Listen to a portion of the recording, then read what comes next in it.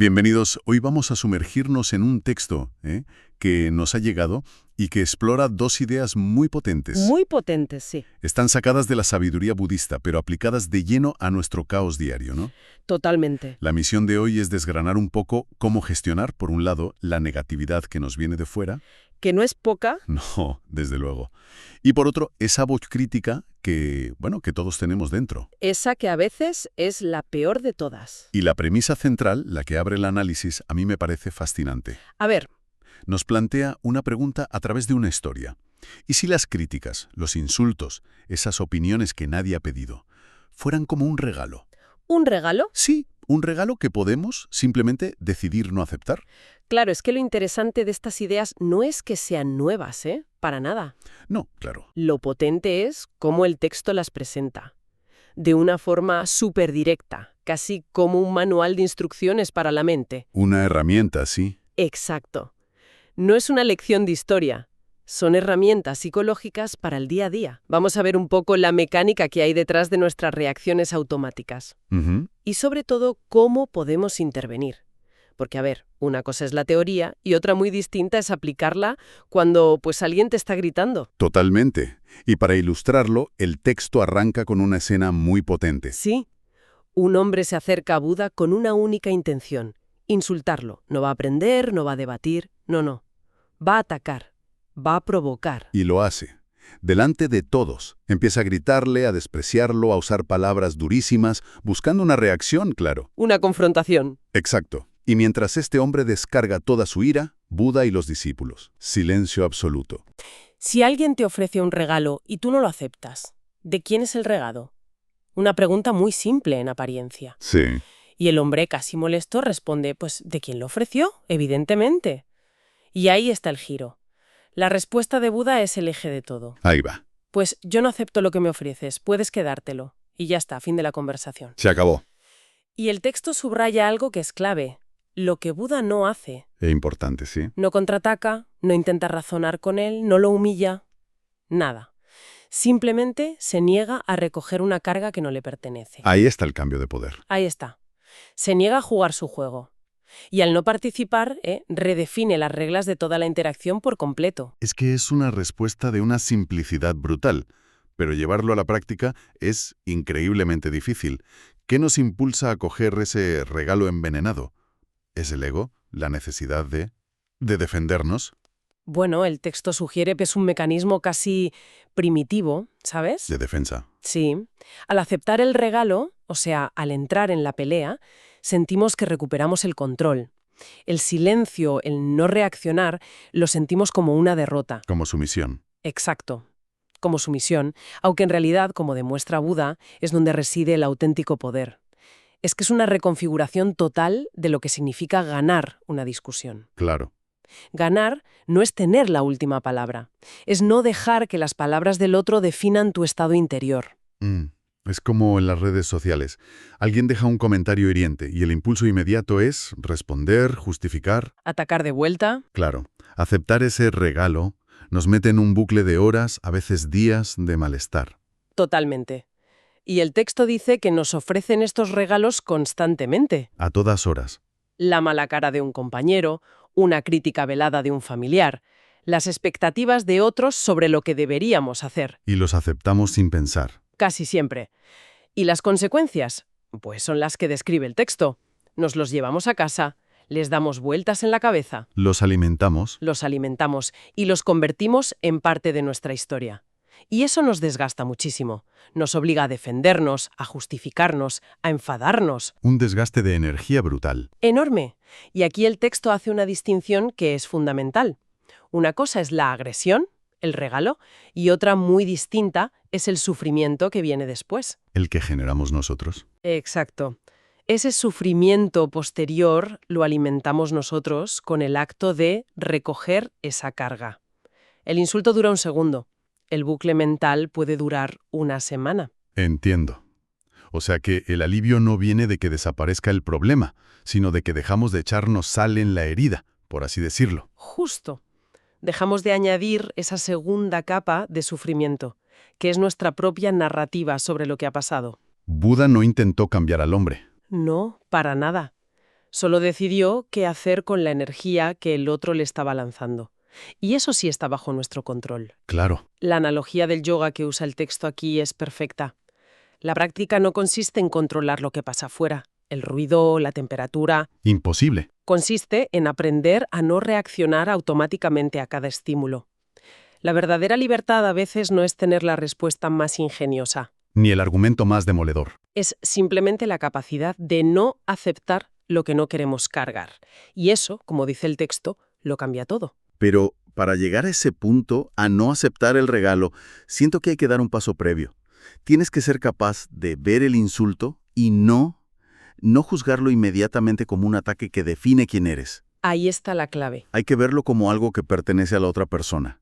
Y creo que esa idea, la del juicio, es el segundo gran pilar de todo esto, ¿no? Es la conexión perfecta, sí. El texto pasa de la interacción externa a nuestro proceso interno. A la cabeza, exacto. Y se centra en este hábito que tenemos todos, juzgar. Lo hacemos constantemente, sin darnos cuenta. Todo el rato. Juzgamos si algo está bien o mal, si una persona tiene razón, si lo que sentimos es adecuado. Y el texto analiza la psicología detrás de esto de una forma muy, muy interesante. Dice que nos da una sensación muy engañosa de tranquilidad. ¿A qué se refiere con eso? Se refiere a que cuando etiquetamos algo, la mente siente un alivio momentáneo. Ah, vale. Es como si dijera, vale, entendido. Caso cerrado. Pero el texto hace una distinción muy aguda. No está resuelto, está cerrado. Que no es lo mismo. No es lo mismo. Es un atajo mental. Para evitar la incomodidad de la ambigüedad, de la incertidumbre, cerramos el caso para poder seguir adelante. Aunque la conclusión sea mala para nosotros. Aunque sea perjudicial. Y lo más llamativo es que esto lo hacemos incluso para juzgarnos negativamente. El texto da ejemplos como «soy un desastre» o «he vuelto a fallar». Parece contraintuitivo. ¿Por qué nuestra mente elegiría un pensamiento que nos hace daño? Pues porque el dolor de la certeza, por paradójico que suene, a veces es más soportable para la mente que la ansiedad de la incertidumbre. Claro. Es lo que el texto llama un alivio engañoso. ¿No os ha pasado alguna vez que, después de un error, el pensamiento de «claro, es que soy un desastre» casi se siente como una liberación? Sí, sí es verdad. Porque cierra el caso. Ya no hay que investigar por qué ha pasado o qué factores influyeron. No, la respuesta es simple. Soy un desastre. Es un diagnóstico. Es un diagnóstico terrible, pero es un diagnóstico. Y la mente a menudo prefiere un mal diagnóstico a no tener ninguno. La analogía del yoga que vuelve a usar el texto aquí es brillante. Es buenísima. Describe cómo una persona entra en una postura que en sí es una experiencia física neutra, una serie de sensaciones. Pero la mente no se queda ahí. Inmediatamente la etiqueta. No me sale. Soy demasiado rígida. Esto no es para mí. Exacto. La postura en sí no decía nada de eso. Era solo una forma, una experiencia. La que habla es la mente. Claro. Y cada uno de esos juicios, dice el texto, añade una capa de tensión física y emocional que no estaba ahí originalmente. Es ruido. Ruido que añadimos nosotros. Ruido que nosotros mismos añadimos a la experiencia pura. La dificultad de la postura es una cosa. La historia que nos contamos sobre nuestra incapacidad es otra. Y es esa historia la que nos hace abandonar. Entonces, cuando el texto cita a Buda diciendo que si dejáramos de juzgar innecesariamente experimentaríamos un alivio emocional enorme, Sí. no es porque la realidad se vuelva fácil de repente. La postura de yoga seguirá siendo difícil. Claro, el error seguirá ahí. El alivio viene de quitarnos de encima esa segunda capa de sufrimiento que creamos nosotros. Precisamente. Pero aquí es importante hacer una distinción, que el texto no explicita, pero que es fundamental. No se trata de dejar de discernir. Ah, vale. ¿El discernimiento es necesario para vivir? Este fuego quema, este alimento está malo, esa persona no es de fiar. Eso es evaluar la realidad para tomar decisiones. Es funcional. El juicio del que habla el texto es la capa narrativa, a menudo moral o personal, que añadimos encima. No es este fuego quema, sino qué torpe soy por haberme acercado. No es esta tarea no me ha salido bien, sino soy un fracaso. Esa es la diferencia. ¿Se ve? Sí, perfectamente.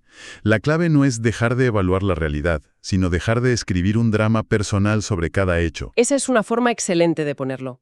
La propuesta del texto no es volverse indiferente o pasivo, es ser más preciso con lo que observamos. Y esto nos lleva a la parte práctica. A ver cómo lo hacemos. El texto es realista, no propone una meta inalcanzable de dejar de juzgar por completo. Eso es imposible. Imposible. La mente está cableada para eso. La propuesta es mucho más sutil y, bueno, más factible.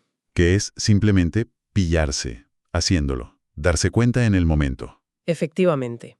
La práctica es así de simple en su descripción y así de profunda en su efecto. Consiste en notar esa frase automática que aparece en la mente. ¡Qué idiota! Esto es un desastre. No debería sentirme así. Y el siguiente paso es crucial. En lugar de creérsela, seguirla, pelearla, la instrucción es simplemente mirarla. Solo observarla. Solo verla, dice el texto. Es un acto de observación desapegada. Tratar ese pensamiento no como una verdad revelada, sino como un evento mental. Como ver una nube pasar. Y el efecto de esa pequeña pausa, de ese acto de observación, es increíble. En el momento en que vemos el juicio como lo que es, un pensamiento pasajero, Que ha aparecido en nuestra conciencia. y no como una verdad absoluta sobre la realidad, el texto asegura que ya no te domina igual. Ahí está. Ese pequeño espacio que creamos entre el pensamiento y nuestra identificación con él es donde reside toda la libertad. Y es muy importante la postdata que añade el texto al final como un recordatorio. Sí, El juicio no es solo hacia otra persona, también es hacia ti mismo. Y es que a menudo nuestro juez interno es el más duro de todos. sin duda. Así que observar ese juicio con la misma curiosidad y sin tanta credulidad es igual de crucial, si no más. Ver aparecer el «soy un desastre» y en lugar de hundir que, simplemente decir mentalmente «ah, mira, ahí está otra vez el pensamiento de «soy un desastre». Ese simple cambio de perspectiva lo desarma. De acuerdo, vamos a unir las piezas. Por un lado, tenemos la idea de la negatividad externa como un regalo que podemos elegir no aceptar. Manteniendo nuestro poder y nuestra paz. Y por otro, la práctica de observar nuestros propios juicios internos sin quedar atrapados en ellos. Simplemente notando que están ahí. Entonces, ¿qué significa todo esto en conjunto? Pues si lo conectamos, vemos que son dos caras de la misma moneda. Totalmente. Así, la habilidad para no recoger los juicios y la negatividad de los demás está directamente relacionada con la práctica de no aferrarse a los propios juicios. Es un entrenamiento. Claro, tiene sentido. Si practicas cada día el no creer ciegamente en tus propios juicios automáticos, pues se vuelve mucho más fácil no darles un poder absoluto a los juicios que vienen de fuera. Tiene todo el sentido. Si no le doy credibilidad total a mi propio juez interno, ¿por qué iba a dársela sin más al de otra persona? Exactamente, se debilita el mecanismo en general. El hábito. Se trata de elegir conscientemente a qué le damos nuestro poder y nuestra energía, ya sea un estímulo externo o un pensamiento interno. ¿Vale? Y todo esto, bueno, nos deja con una reflexión final para explorar que el texto deja un poco flotando en el aire. A ver, El texto nos invita a ver el juicio sin creérnoslo del todo, a observarlo como un fenómeno mental pasajero. Y esto plantea una pregunta interesante para el día a día. Si un juicio, ya sea propio o de otra persona, aparece en nuestra mente, pero no lo alimentamos con nuestra creencia, nuestra atención o nuestra reacción, ¿hasta qué punto tiene un impacto real en nosotros? ¿Cuál es el momento exacto en que un simple pensamiento, que es efímero y neutro, se convierte en nuestro sufrimiento?